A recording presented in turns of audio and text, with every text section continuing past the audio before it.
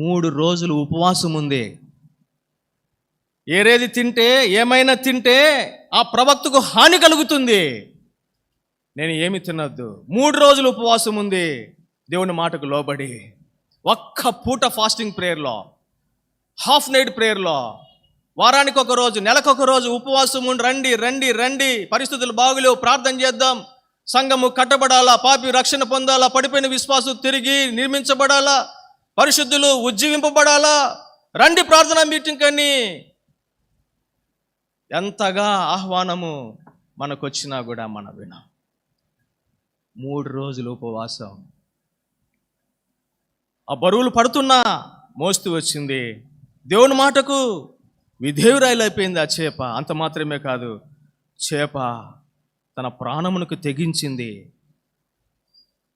ఆ మనిషిని నేను మింగితే నా